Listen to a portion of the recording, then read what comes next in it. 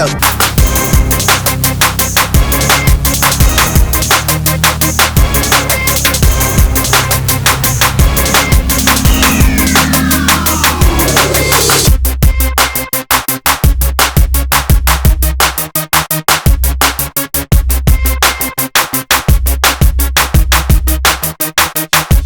Still that cat with the black hat, and I'm bummed, pissed off, and sad as a matter of fact.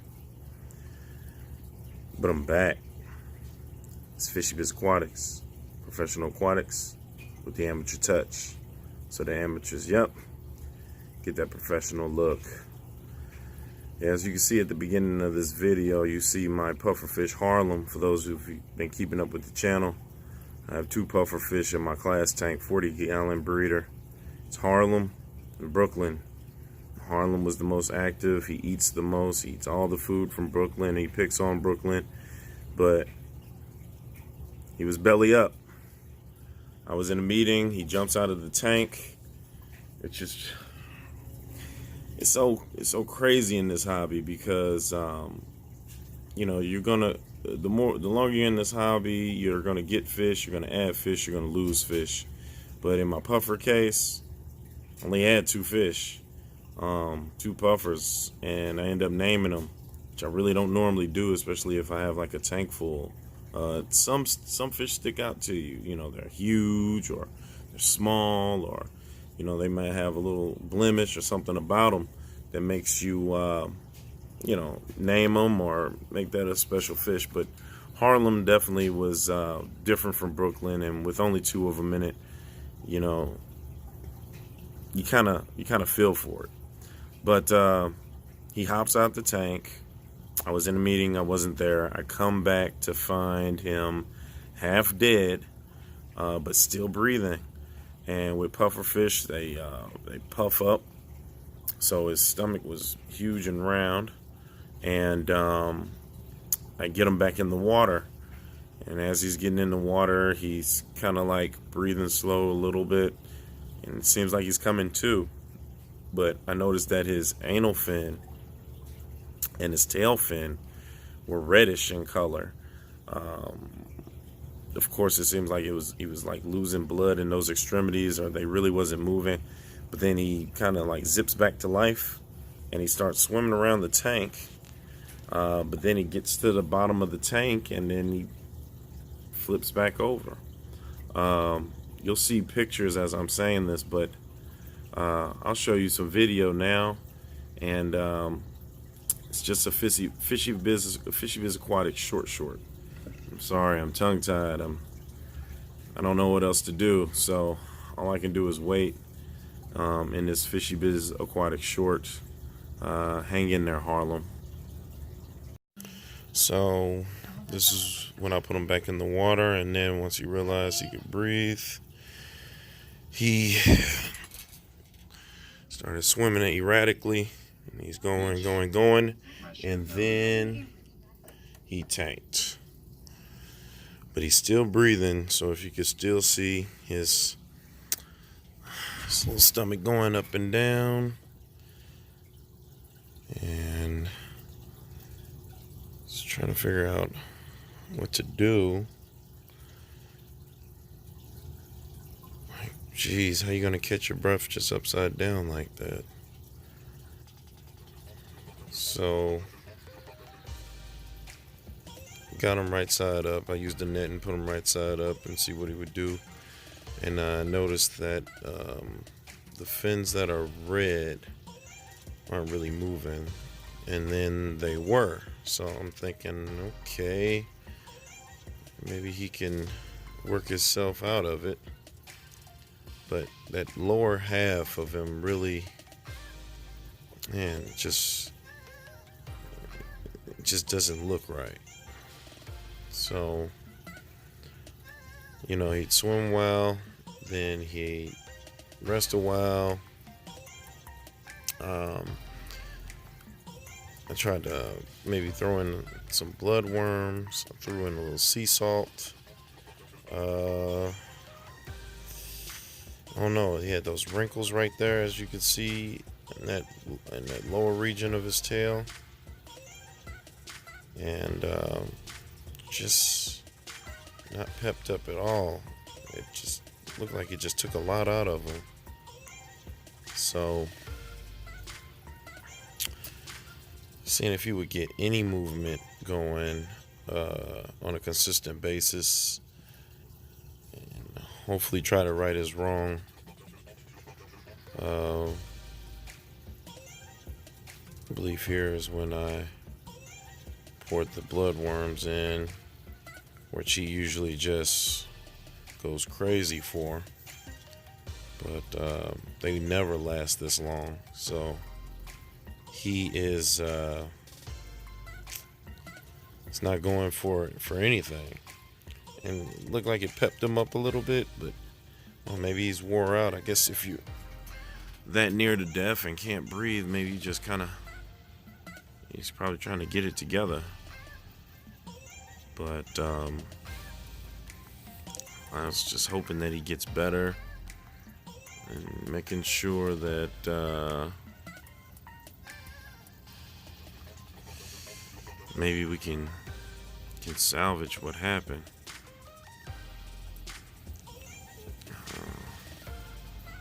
It's just unfortunate when they hop out like that. Coincidentally, at the end of this video, it's always that small little slight gap that your canopy or your top, your lid doesn't quite cover, and they give you that little plastic piece. And I know some people probably don't use it, or it looks kind of weird, and I know it's, you know, you cut it for your filter. That rest of that piece needs to be on there just for this reason, so they don't hop out of that little part. Brooklyn, he's not interested either. I don't know what was going on. So this is the next day, and he's in the corner. He looks extremely swollen. If you look at his face, like, it looks super puffy.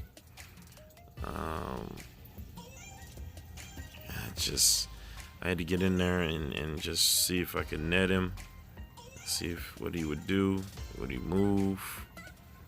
He's even moving like super swollen. So I don't know. I really don't like to see things suffer, but I do wish he could get it back together and get back right. But I know he just drops right there, and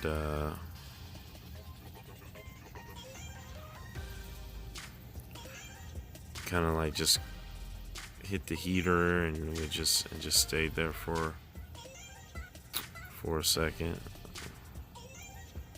So I don't know. Try to go back in there and get him going again. And, it's not a good look. So I'm prepared to go in there tomorrow and find that Harlem probably is done for. Hoping for the best, but preparing for the worst. So that's the scene. Just wanted to give it to you in real time, like as soon as I got it. Just it's a tough pill to swallow, but those little plastic pieces, man, they do something. So when you get your glass canopies, you're gonna have this little hole here that the glass stops. So you have your glass top, and then the back side right here, and then you'll have straight water here. So you'll have your filter. If you have two filters, it'll fit there. But that's what the plastic piece is for, and it's to close up that gap in the back of your tank. So get your gap closed. And this is my fry tank. Really don't have too much hopping out of here, but I'm still gonna put it on just to be on the safe side. And that's for all the tanks when you get a glass canopy. Even my 60 gallon has the gap in the back here where I've got my penguin filter. I just got my Aquatech filter. I just kind of bought it on the whim. But even these little gaps here, if a fish is just determined enough, could possibly just hop out of it. So look at my 40 gallon with my 2 fish in here. So essentially the gap on the backside, if I push this, is about this big. Now some of these fish you don't think are big enough to do it, but you know, if they get spooked, if they get chased or something like that, and they just kind of shoot for the top and just hop out, there it is. Your fish is done hopped out, and you come back to find a stiff one on the ground. So just make sure that you kind of close that little gap with those plastic pieces. Don't throw those away. Don't think they are just in there for decoration or it's gonna be all right, because you just never know. You come back and one of your prized possessions are it's on the floor flopping around. But oh, coincidentally, I got my Holden OB. I put her in a little betta tank, which is in my 29 gallon where my other fry are, waiting for her to spit. And once she does that, I'll leave them in there and put her back on in the tank. So just had to get her out the general pop. Didn't want her messing with her. So that'll do it for me. And as always, Fishy Biz Aquatics, professional aquatics with the amateur touch. So the amateurs, yep, get that professional look. Hey people, use your plastic runners so that they can close up those gaps, so you guys don't have to worry about your fish fighting for their lives because they hopped out the tank.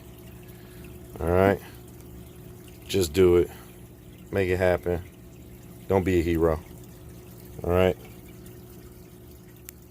get at me.